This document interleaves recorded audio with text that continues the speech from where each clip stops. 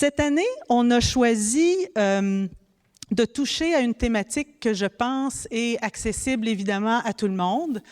C'est une thématique de la rapidité de nos vies, de la rapidité de nos interactions, des fois les courtes interactions qu'on peut avoir avec les gens, de l'utilisation de tous les mécanismes de communication qu'on a. On a l'impression d'être bien connecté avec les Twitter, avec les BlackBerry, avec les iPhones et tous les autres machins, trucs qu'on peut utiliser pour communiquer. Mais est-ce qu'on est si connecté ça avec notre réalité en 2014? Et c'est la thématique générale qu'on a. Apprendre à se reconnecter avec la réalité, à la réalité d'aujourd'hui. Pour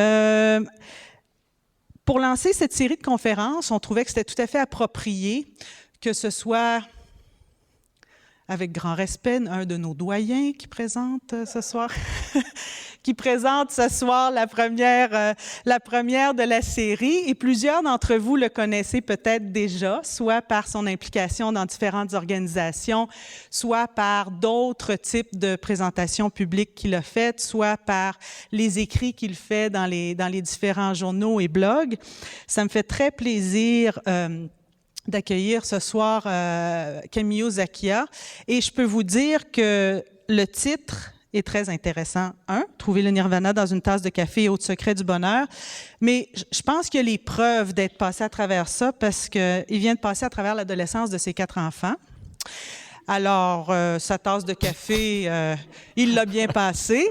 Je pense que vous allez passer une agréable soirée avec lui. Cam est psychologue ici depuis... 80. C'est lui qui l'a dit. Depuis 86, il est aussi le conseiller principal du Bureau d'éducation au public. Alors, on travaille en fait beaucoup ensemble à améliorer les connaissances dans l'ensemble du public autour de la santé mentale. Et c'est un clinicien très engagé. Puis, comme je disais, il y a des blogs un peu partout, dont c'est les blogs du Douglas que je vous invite à lire. Alors, sans plus tarder, bienvenue Cam et bonne séance de cours.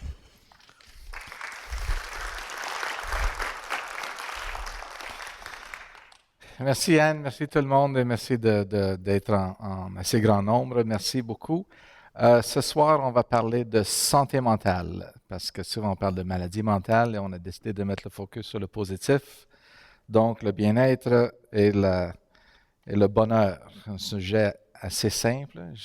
J'espère que je vais pouvoir faire un peu justice à ce sujet.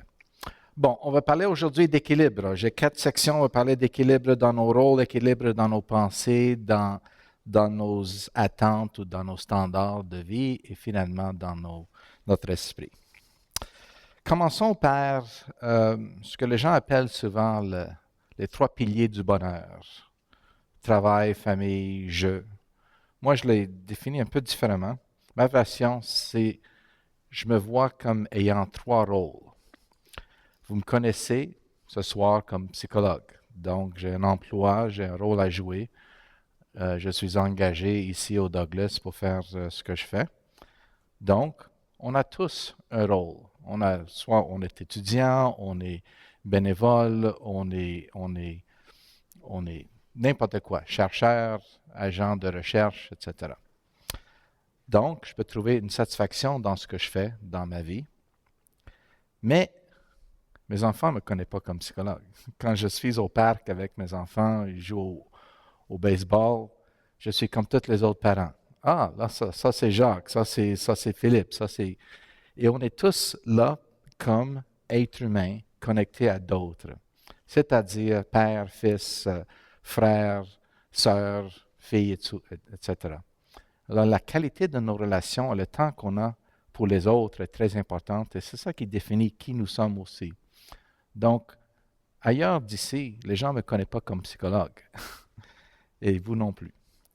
Et finalement, j'ai aussi du temps pour moi-même, et ça c'est moi. Ça c'est un dessin de Mario Malouin, de nos favoris ici au Québec. Quand je suis dans ma voiture, j'écoute la musique que je veux écouter. Je lis ce que je veux lire, je fais mes sudoku, mes mots croisés, n'importe quoi. Je suis seul dans ma poursuite de mes intérêts. J'aime le golf, j'aime le cyclisme, etc. Donc, quand je pense à qu'est-ce qui m'apporte un bonheur, c'est en partie ce que je fais au travail, en partie mes relations interpersonnelles et en partie le temps que j'ai pour moi-même. Donc, le but, c'est de trouver un équilibre dans ces trois rôles parce que personne n'est complètement une ou l'autre. Et quand on a des problèmes dans, mettons, nos relations, si ça va bien au travail, si on a du temps pour nous-mêmes, au moins, on est un peu protégé. Donc, il est important de toujours maintenir un équilibre dans ces les trois têtes de la bonne heure ou le trois temps. On va prendre chacune de ces trois choses. Commençons par le travail. Malheureusement, les gens, des fois, oublient pourquoi ils travaillent. Pourquoi nous travaillons? Nous travaillons pour avoir les moyens pour poursuivre nos intérêts.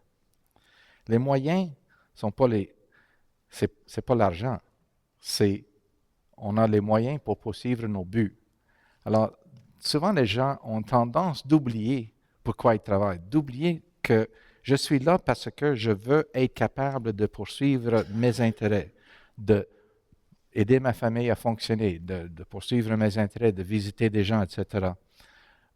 Et parfois, on est tellement perdu dans la poursuite de réussir au travail, de faire l'argent, qu'on oublie pourquoi on fait le travail. Un autre aspect du travail qui est intéressant, c'est que je connais beaucoup de gens, beaucoup de clients qui se sentent un peu perdus parce qu'ils ne sont pas payés. Ils n'ont pas de carrière ou des choses comme ça. Alors, les gens ont tendance de dire que je ne suis pas une personne complète parce que je n'ai pas un rôle professionnel à jouer. Mais ce n'est pas ça. Quand je parle d'un rôle, une identité, une poursuite, c'est de faire quelque chose qui est important. Il y a des gens qui font du bénévolat. Il y a des gens ici qui représentent des organismes communautaires. Ce n'est pas important si vous êtes payé pour son nom, vous jouez un rôle important. Et les gens qui connaissent, par exemple, Fernand de Phobie Zéro, c'est quelqu'un qui travaille pour Phobie Zéro. Et il est une excellente bénévole en passant. Et finalement, souvent les gens se perdent dans l'idée de trouver un créneau et disent « Qu'est-ce que ça me tente de faire? Je ne sais pas si c'est pour moi. » La réalité, c'est que souvent les gens se trouvent à faire des choses qui n'ont pas fait leurs études dedans. Des gestionnaires, des gens qui sont... par exemple, moi, je fais des présentations. Quand j'ai commencé mes études, je n'ai pas pensé au fait que j'allais faire des présentations devant des groupes. Les gens vont éventuellement poursuivre et développer un intérêt. Et l'idée, c'est simplement de vous engager, de vous mettre sur un chemin et laisser le chemin vous amener où est-ce que ça vous amène. Et souvent, vos intérêts vont diriger votre direction. Et les gens se trouvent souvent dans un endroit qui est bien pour eux.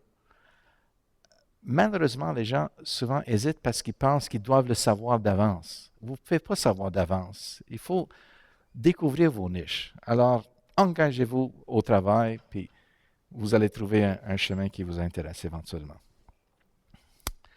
L'autre aspect du bonheur, évidemment, d'une vie balancée et équilibrée, c'est la qualité de vos relations interpersonnelles. Et c'est sûr qu'il y a des gens qui ont une habilité plus que les autres, mais au travail, souvent, vous allez avoir plein d'amis. Plein d'amis parce que vous les voyez tous les jours. Il y a Anne que je vois, il y a un autre Anne, il y a Ray, etc. Et quand je suis au travail, on passe beaucoup de temps ensemble et c'est très plaisant. Mais la réalité, c'est que si on quitte le travail, souvent, on a une tendance de ne plus être en contact. Pourquoi? Parce que ça prend quelqu'un. Ça prend quelqu'un pour faire un appel, pour inviter quelqu'un, pour poursuivre ça et de maintenir la relation. Donc, les relations ne sont pas si difficiles d'établir. Le problème, c'est que souvent, quand ce n'est pas devant nous, on a tendance d'oublier. Donc, si vous vous engagez à poursuivre des relations de qualité, si vous vous entendez bien au travail, pourquoi pas en fin de semaine, invitez-les chez vous, etc. Et en faisant ça, vous allez avoir un plus grand nombre, un plus grand réseau de contacts sociaux. C'est pour cette raison que c'est tellement facile au travail et à l'école, parce qu'on se croise. Et parce qu'on se croise, c'est simplement une question de contact. Et si on est tous en contact ici dans cette salle, pendant plusieurs semaines, plusieurs mois, on va trouver des douzaines d'amis. Facilement, on va s'entendre très bien avec. Malheureusement, on n'a pas tendance de maintenir ça quand on n'est plus en contact. Donc, c'est une question simplement de faire un peu d'effort, puis vous allez trouver que le réseau va être assez large. Finalement, la question d'intérêt est de poursuivre vos intérêts. Souvent, j'écoute la musique et ça me frappe. Et je dis, je vais aimer ça, mais je trouve ça un peu plate après quelques fois que je l'écoute. Il y a de la musique que je n'ai pas tellement aimée au début, ou que je peux jouer et vous allez dire, c'est quoi ça? Je vous jure que si vous entendez écouter cette musique 5-6 fois, ça va commencer à avoir un effet sur vous. Et je dis ça parce que j'ai des intérêts maintenant que je n'avais pas quand j'étais plus jeune. En plus, j'ai des intérêts que je ne pensais pas avoir. J'ai simplement développé les intérêts. Première fois, vous avez goûté le vin. Première fois, vous avez goûté des olives ou n'importe quoi. Ce n'est pas tellement intéressant. Mais avec le temps, les goûts se développent. Première fois, j'ai joué au tennis. J'ai passé ma journée à chasser la balle par-dessus la clôture. C'était pas tellement le fun. Le golf, dans la forêt, dans le lac, on perd des balles partout. Mais si on continue et on poursuit, des fois, on va développer un intérêt, une passion qui va nous définir.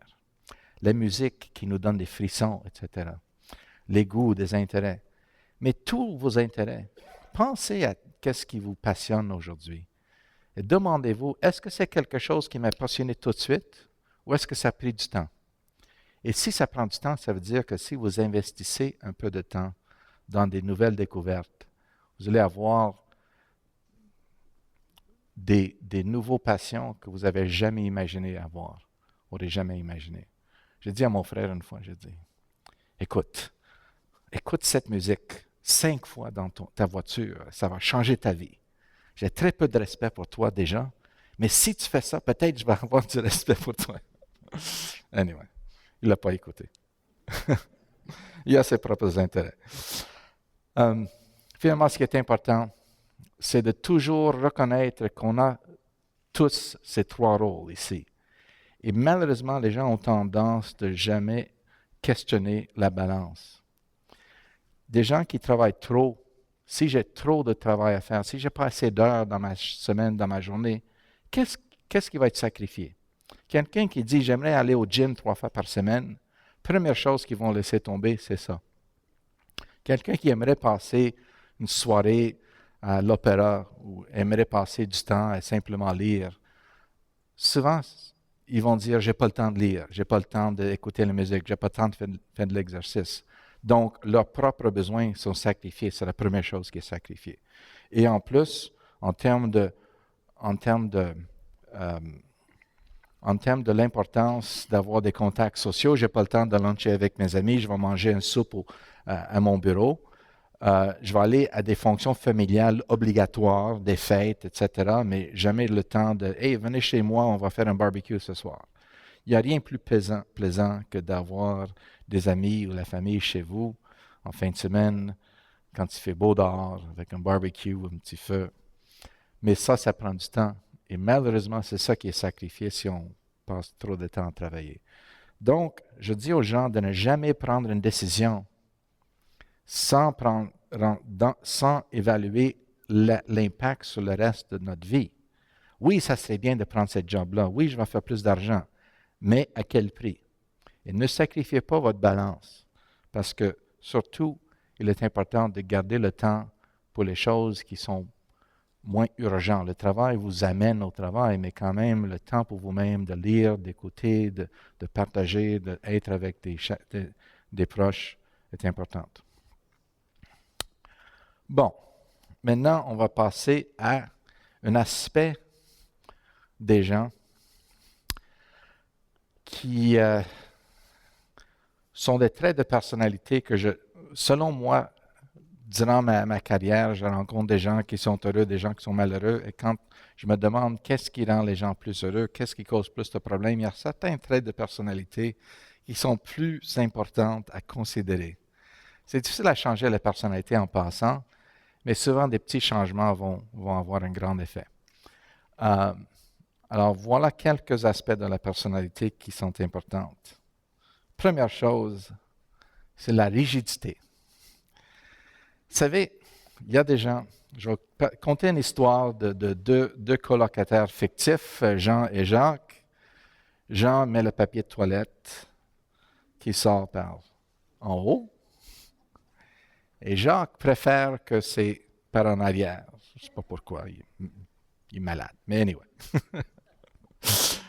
Et chaque fois que Jean s'en va à la salle de bain, il change de toilette. L'autre personne dit, le maudit, il change de l'autre direction, etc., etc., etc. Finalement, la police vient, puis il y a du sang partout, puis c'est ça qui arrive. Malheureusement, les gens rigides ont beaucoup de misère à fonctionner dans la vie. On a tous différents niveaux de rigidité, mais je dois dire que si vous n'êtes pas capable de changer votre façon de voir des choses de temps en temps, ou de prioriser, ou de dire que, bon, même si j'aime ça, ce n'est pas la fin du monde si c'est de l'autre direction. La flexibilité est très, très importante dans notre société. Les changements qu'on vit, des fois les problèmes de santé, des fois le fait qu'on vit avec d'autres personnes qui ont leurs droits aussi, ils ont droit à leurs opinions aussi, et leurs préférences. Et les gens qui sont très durs, je dois dire qu'ils sont souvent malheureux. Bon, peut-être vous connaissez quelques-uns dans vos vies. Il y a un autre aspect que je trouve très important, la méfiance ou le manque de confiance qu'on donne aux autres. J'appelle ça l'effet Pygmalion, ou une prophétie autoréalisante. C'est-à-dire que si je ne fais pas confiance à quelqu'un, à certains niveaux, je vais questionner ce qu'ils font, je vais questionner tout ce qu'ils disent, et je vais créer une tension dans la relation, que souvent les gens vont me mentir juste pour éviter un argument. Et un jour, je vais découvrir une de ces menteries et je vais dire, ah ah, je savais que je ne pourrais pas faire confiance à cette personne. Vous savez qu'il y a des gens qui font confiance à tout le monde, il y a des gens qui font confiance à personne. C'est sûr que si nous faisons confiance aux gens, de temps en temps, on va se faire brûler. C'est sûr. Vous n'êtes pas obligé de le faire aveuglement, mais quand même, il est important de faire confiance aux gens, même si de temps en temps, ils vont vous décevoir. Parce que l'alternative, c'est de ne pas faire confiance. Je vous garantis qu'une relation sans confiance ne va jamais, jamais, jamais marcher. Si on parle d'employé-employeur, si on parle de homme-femme, ou amis, ou membres de la famille, sans confiance, les relations ne marchent pas. Garanti. Un autre aspect, c'est la pensée absolue. Ce que je veux dire par ça, il n'y a pas un mot pour ça. Blanc et noir, tout ou rien. Cartésienne, est-ce que ça se dit? L'incapacité de lâcher prise, c'est-à-dire un peu comme la question de flexibilité. Il y a des gens qui aiment s'assurer que tout soit bien. Ils veulent une réponse claire. Et dans la vie, souvent, il y a des réponses claires. Malheureusement, souvent, il n'y en a pas. Et les gens qui ont une difficulté à lâcher prise, souvent, ont plus de tendance de vivre des problèmes d'anxiété, de dépression, de colère. Par exemple, si j'ai une douleur, probablement, c'est rien. Possiblement, c'est quelque chose de sérieux. Donc, les gens qui sont très hypochondriaques, les gens qui ont beaucoup d'anxiété par rapport à la santé, l'idée que possiblement c'est quelque chose de sérieux, ont beaucoup de misère parce qu'eux autres, ils veulent être certains que c'est rien. Et malheureusement, on ne peut pas toujours avoir des réponses. Donc, dans la vie, quand on doit vivre avec le gris, quand on doit vivre avec les probabilités et tout ça, les gens qui ont beaucoup de misère à accepter ont souvent beaucoup de problèmes de toutes sortes de choses, incluant ces trois affaires ici. Un autre aspect important que moi je trouve contribue beaucoup à des problèmes, des malheurs, pas seulement des individus, mais dans la société, dans le monde, c'est la mentalité de groupe, la pensée de groupe. Je vais vous montrer quelques photos. Celui-ci, comment ça vous fait sentir? Bien, mauvais, ça dépend. Et celui-là?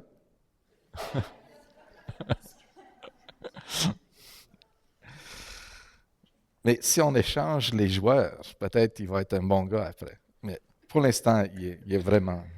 He's evil incarnate. Mais ça, c'est une autre chose. Voici un autre dessin de Mario Malouin qui est brillant, je trouve. La réalité, c'est que la pensée de groupe, quand on pense à nous-mêmes comme un individu, c'est une chose. Mais quand on dit « je suis un Italien » ou « je suis un ci, un ça », toute l'identité de groupe, ça nous aide à se sentir, à avoir un sens d'appartenance. Sauf que souvent, ça vient avec « on est mieux que les autres ».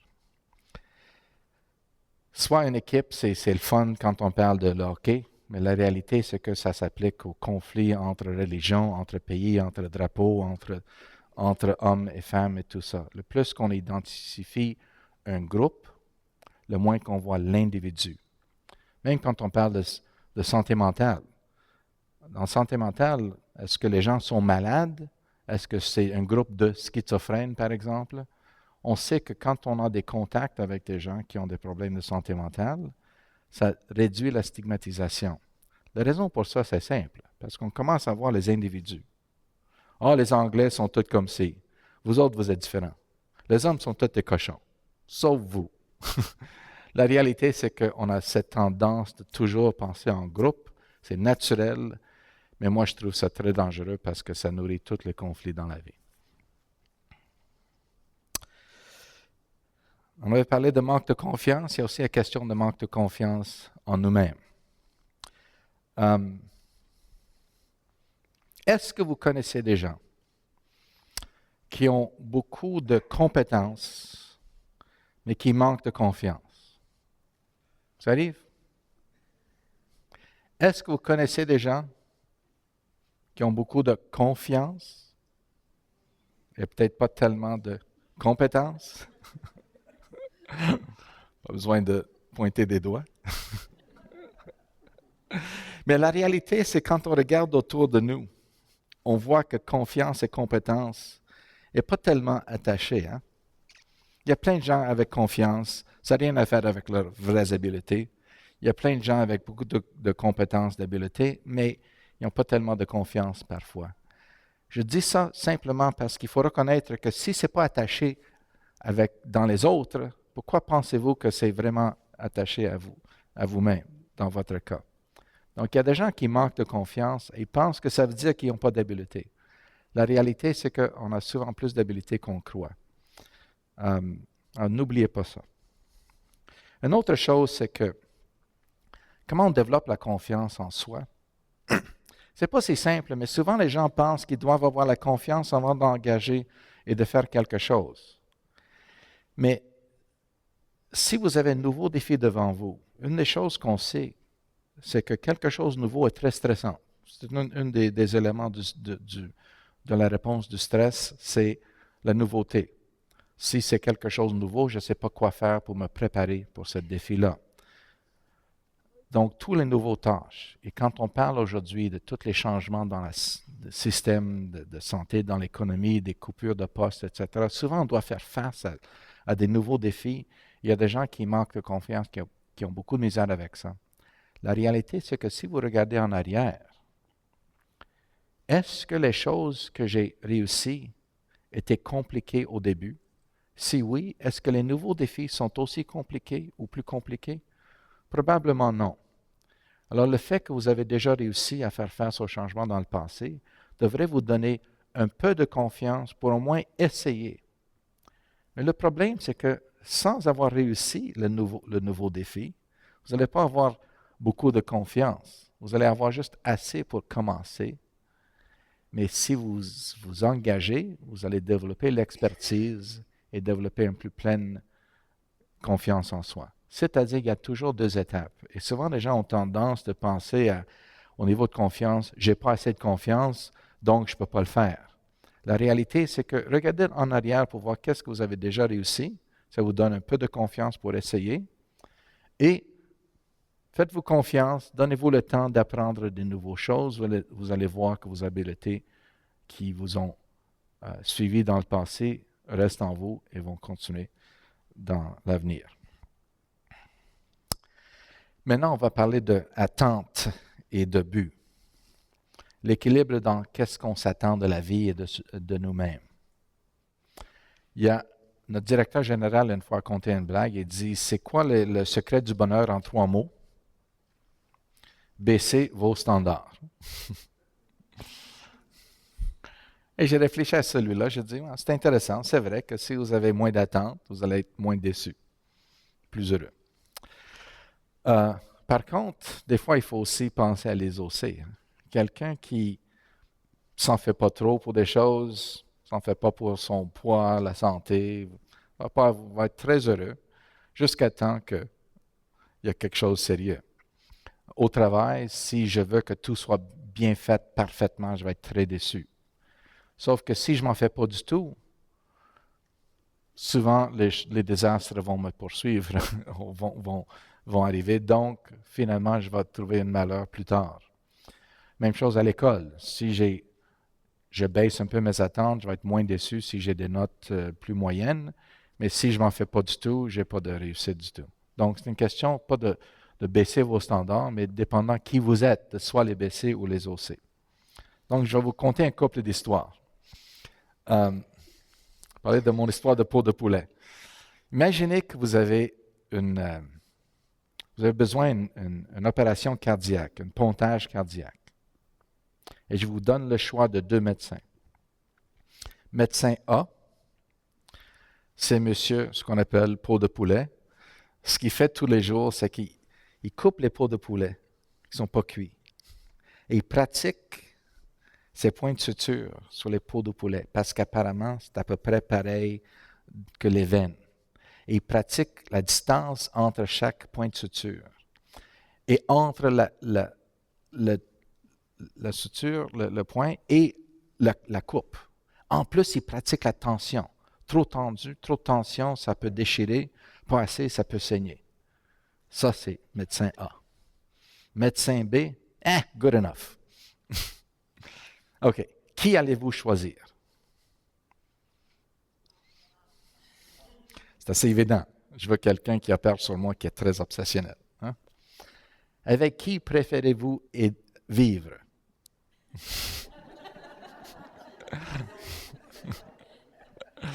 C'est sûr que quelqu'un qui prend tellement attention à un aspect, probablement va être comme ça avec le céréal, le lait, avec tout le gazon. Il va couper le gazon avec... Puis finalement, vous allez vouloir. Donc, c'est bien d'avoir des standards élevés dans certains cas, mais d'appliquer ça partout, ça cause beaucoup de problèmes. Tu sais, les psychologues, souvent, on donne des devoirs aux clients. Les devoirs sont simples. Marquer combien de fois vous paniquez dans la semaine, les circonstances, l'intensité, avoir une idée de fréquence et circonstances et tout ça. Donc, je donne souvent des devoirs, peut-être pas à tous. Et je reçois des devoirs assez bien faits en moyenne, mais pas dans tous les cas. J'ai 2 types très intéressants que je trouve. Une, c'est les gens qui n'ont pas fait leurs devoirs. Et dans la salle d'attente avant le prochain rendez-vous, ils vont prendre un napkin ou quelque chose, ils vont écrire quelque chose vite, ils vont m'amener une petite feuille déchirée, un Kleenex, n'importe quoi avec les notes. Il y a les autres avec des pie charts en couleur, toutes sortes de choses qui m'amènent. J'ai un dossier d'une madame. Je dis, je vais vous montrer quelque chose. J'ouvre mon tiroir et j'ai tous mes dossiers qui sont tous assez minces, quelques feuilles. Et je dis, laquelle est la vôtre? Il y a un dossier épais comme ça, avec les tables de couleurs de partout, des documents qu'elle m'amène pour dire ça c'est mon histoire de travail, ça c'est mon histoire de santé, ça c'est ci, ça c'est ça. Devinez qu'elle a consulté pour le burn-out. La réalité, c'est que des fois, on se donne beaucoup de travail et c'est très bien fait. Si je dois acheter une voiture ou n'importe quoi, je vais avoir toute la documentation de tout. Si je demande à quelqu'un de construire un balcon, je vais demander à celui qui fait les camemberts de bien faire parce que je sais que ça va être bien fait. Mais peut-être je vais préférer prendre la bière avec un des gens qui s'en fait pas trop, avec avec le gribouillage. Maintenant, j'aimerais que vous imaginez que vous allez à un restaurant chinois et vous ouvrez un biscuit chinois. Et la fortune est une date. Et c'est la date de votre mort. Que feriez-vous avec cette information?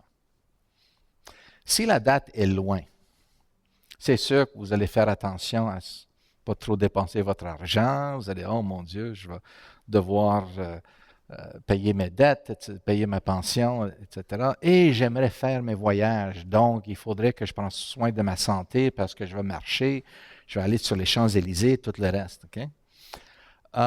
Et si vous avez une date à quelques mois ou quelques années en avant, soudainement, pas besoin de contribuer à mon REER tellement, et je peux manger des sandwichs de saucisses italiennes chez Momesso tous les jours.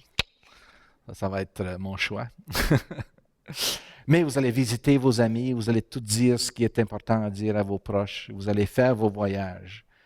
Et je dis ça parce que dans la balance, dans l'équilibre de nos choix, de nos priorités, il y a des gens qui pensent trop à l'avenir, des fois, ils ont des problèmes de santé avant qu'ils ont même vécu, parce qu'ils ont toujours dit « je vais le faire plus tard ».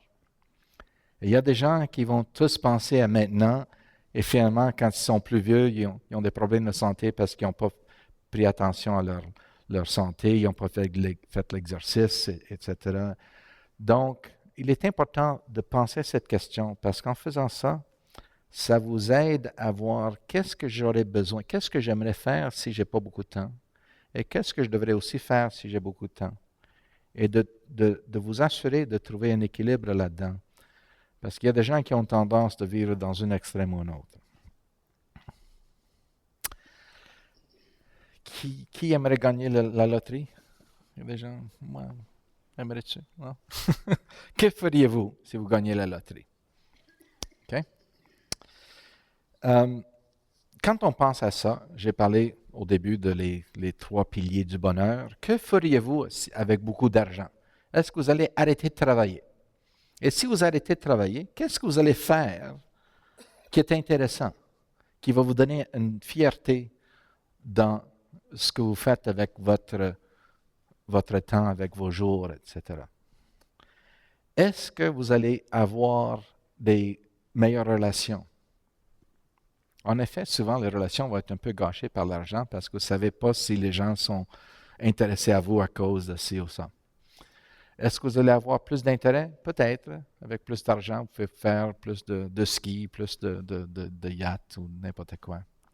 Mais la réalité, c'est que on peut faire beaucoup de ces choses sans argent. Parce que finalement, l'argent nous donne des fois des moyens. Mais si vous vous posez la question, qu'est-ce que je ferais avec? Ça se peut que vous allez être capable de faire pas mal de choses sans l'argent. Parce que les choses qui sont importantes, c'est de trouver un rôle important dans ce que vous faites, d'être fier de vous-même, de trouver des passions, des intérêts, d'avoir une meilleure qualité de relation, d'avoir le temps pour des amis, etc.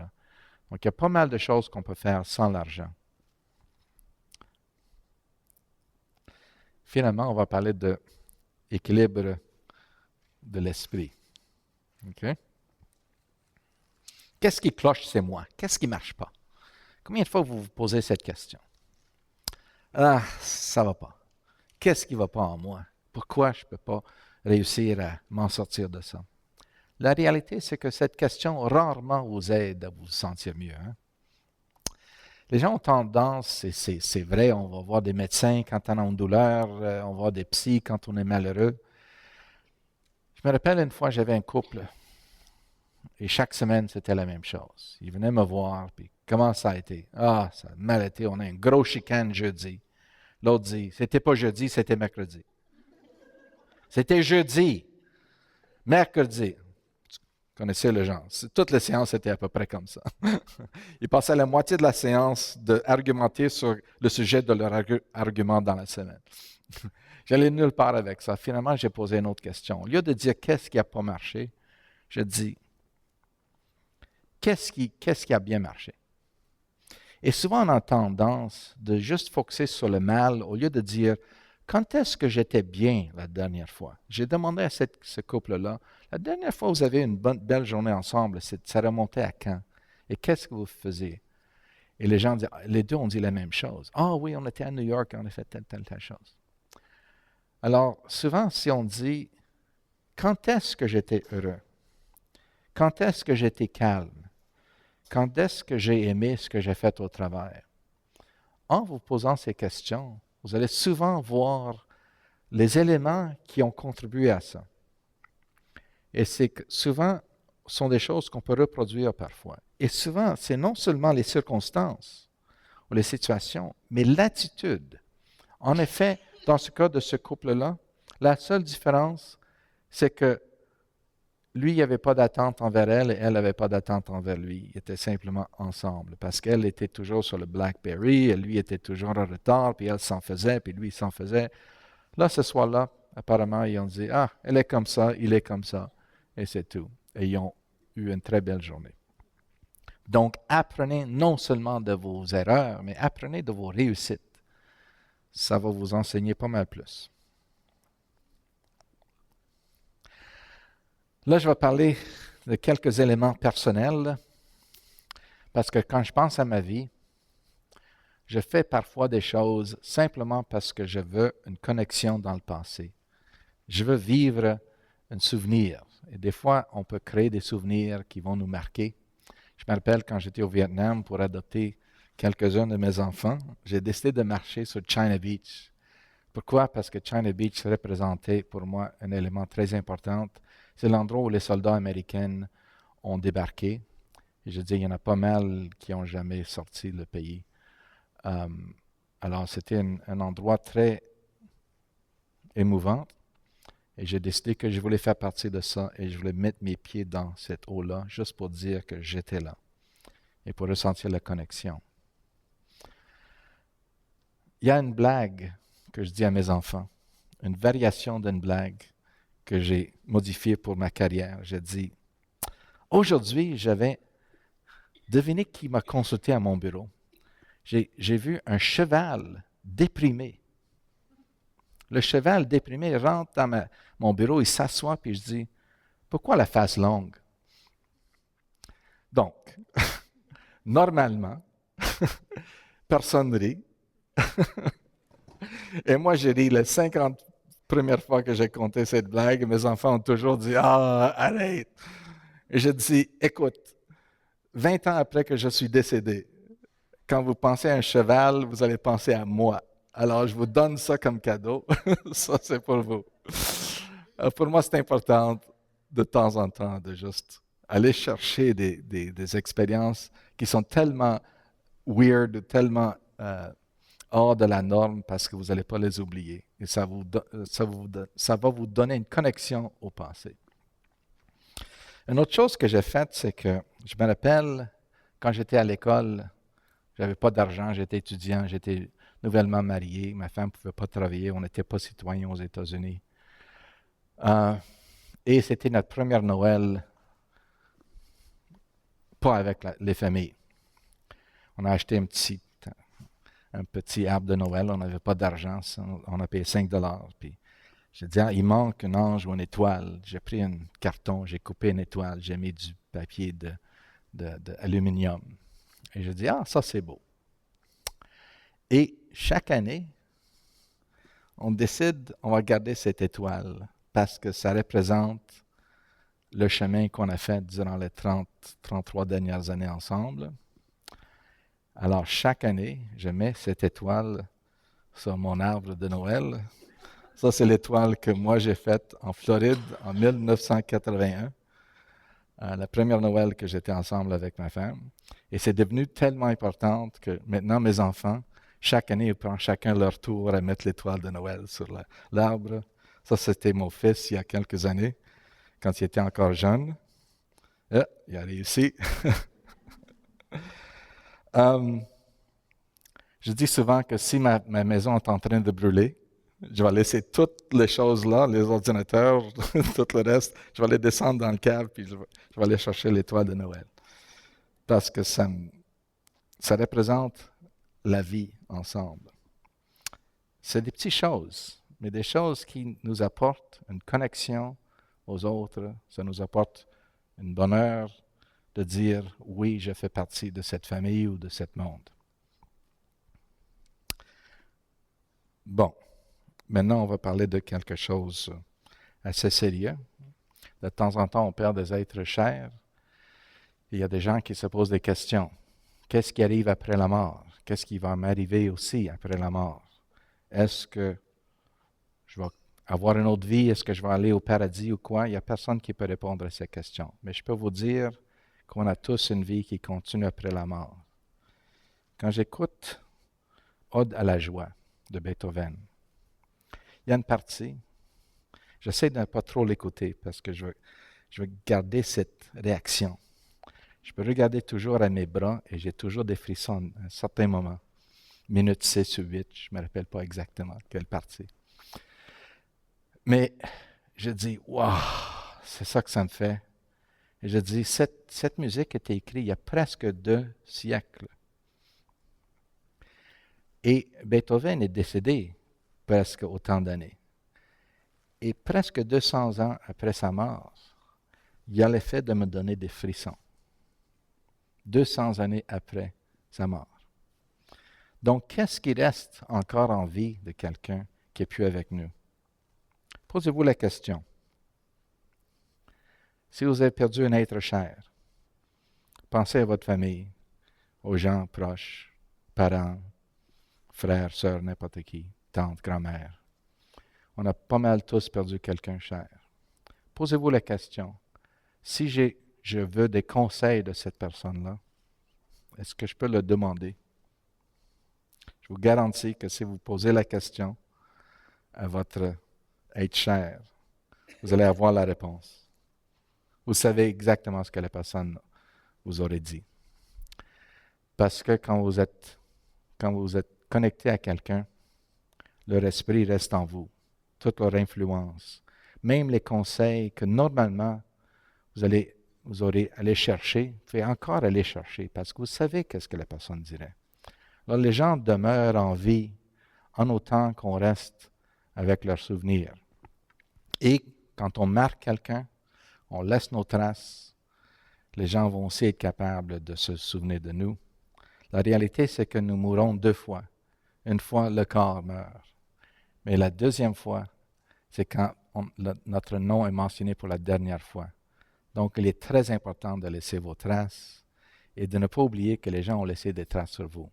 Je ne sais pas s'il y a une vie après la mort, mais je peux vous garantir qu'il y a 7 sortes de vie après la mort. Et cette vie va toujours rester en autant que vous marquez les gens. OK, il me reste 2 diapositives.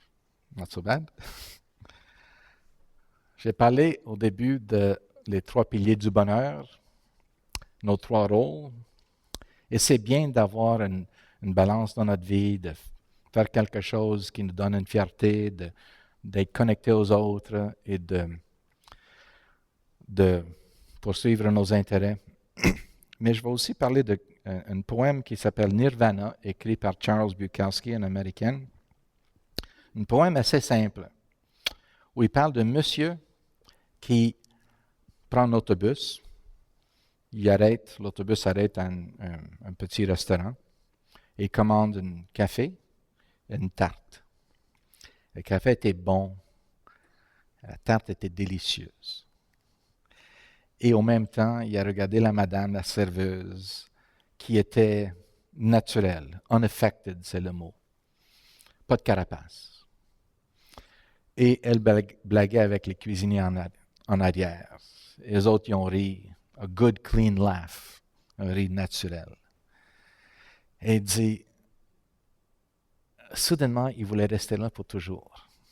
Mais finalement, il embarque dans l'autobus et l'autobus quitte.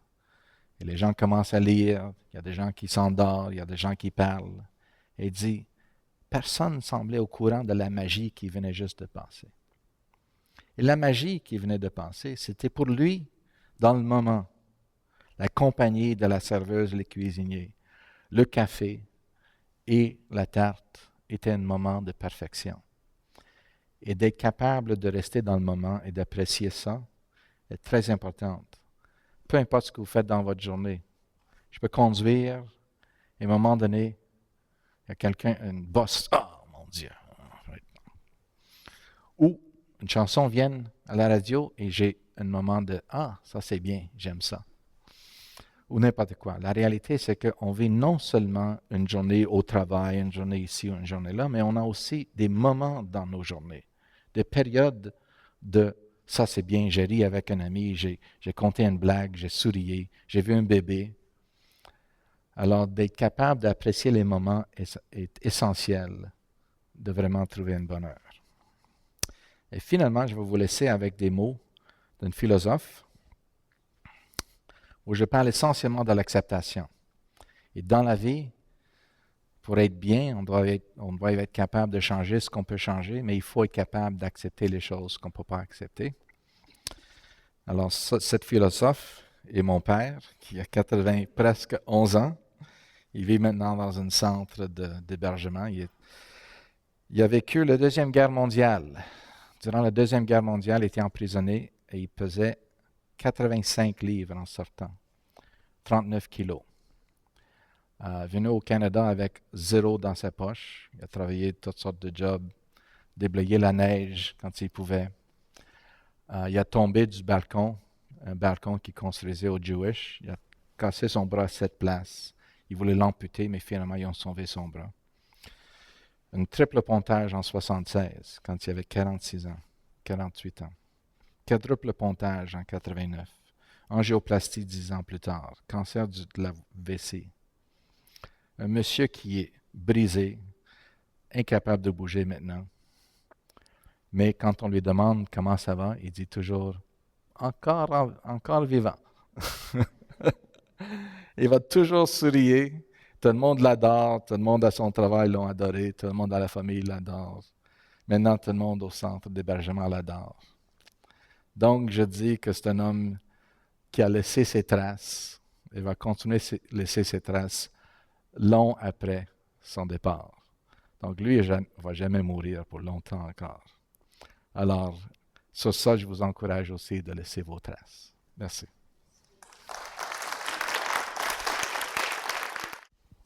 Si on revient un peu à la question du travail, puis ça, on va y revenir encore plus la semaine prochaine, mais avec une autre formule avec Michel Perrault la semaine prochaine. Mais qu'est-ce qui fait qu'on est satisfait au travail? Qu'est-ce qui fait qu'on est bien au travail? On entend souvent parler de burn-out ou des congés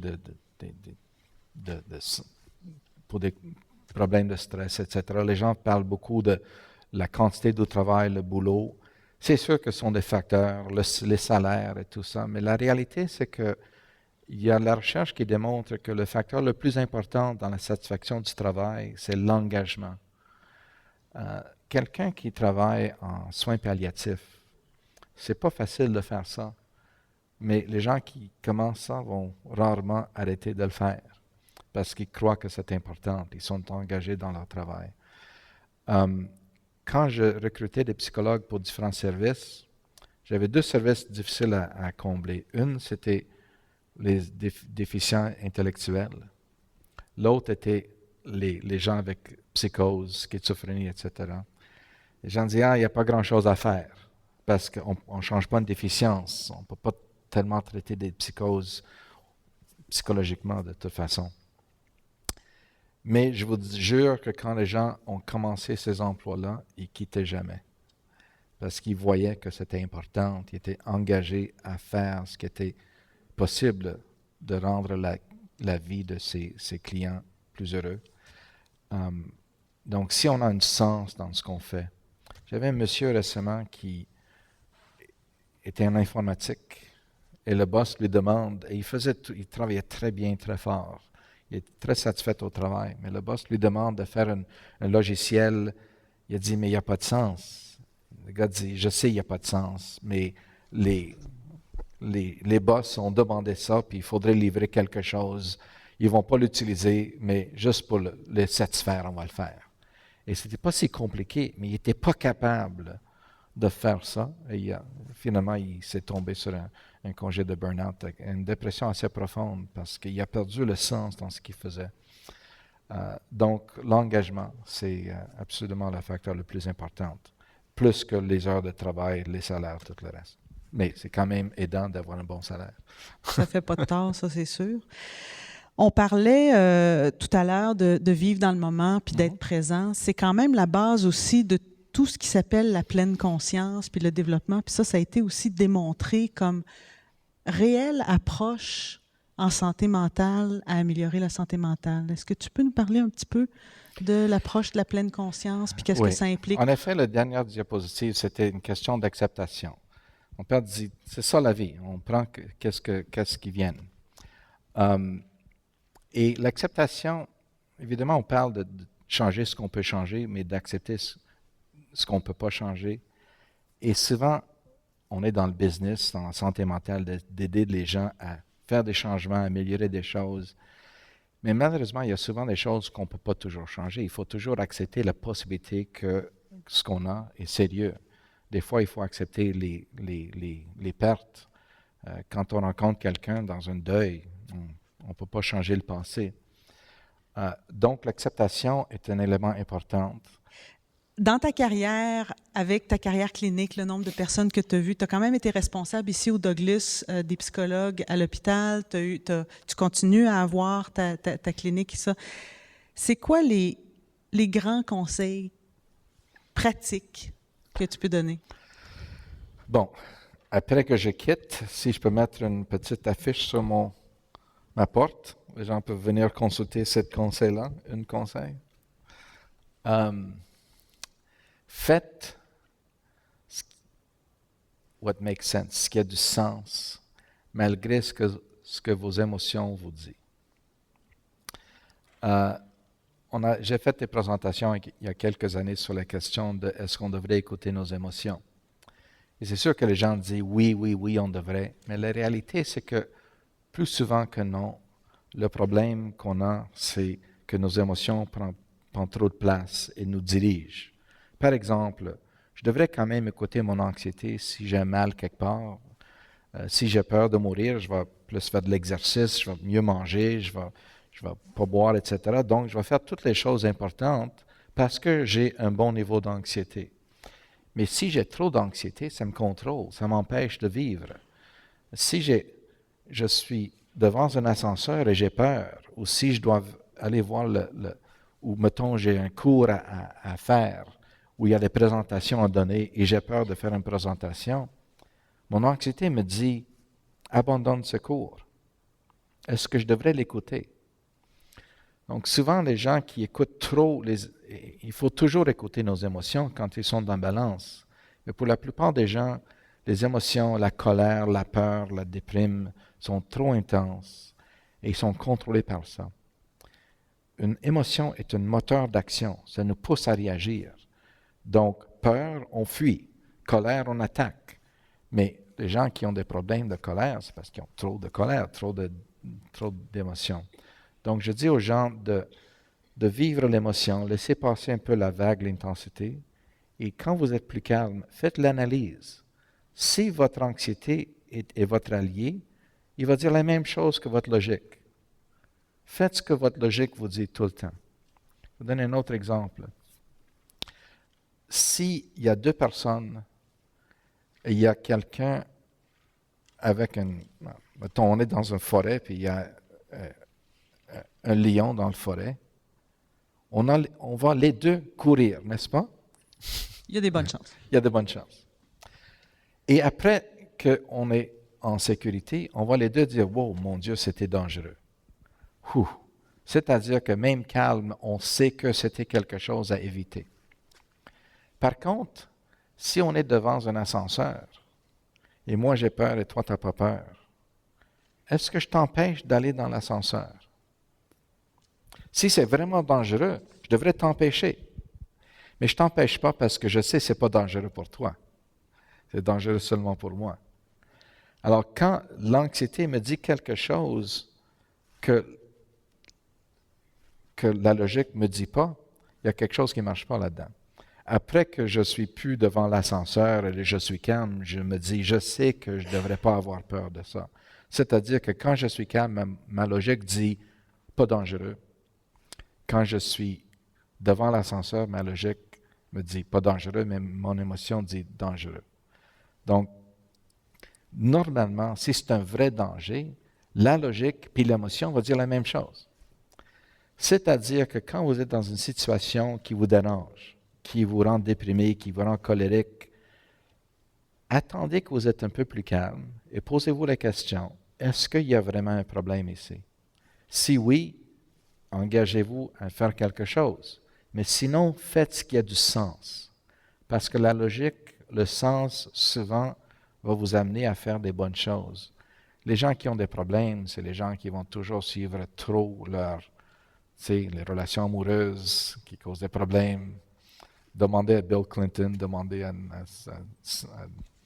le gars de New York. Là. Il y a plein de choses, plein de gens qui ont des problèmes à cause de ça. Donc, laissez un peu calmer l'émotion, réfléchissez et faites ce qui est dans votre meilleur intérêt.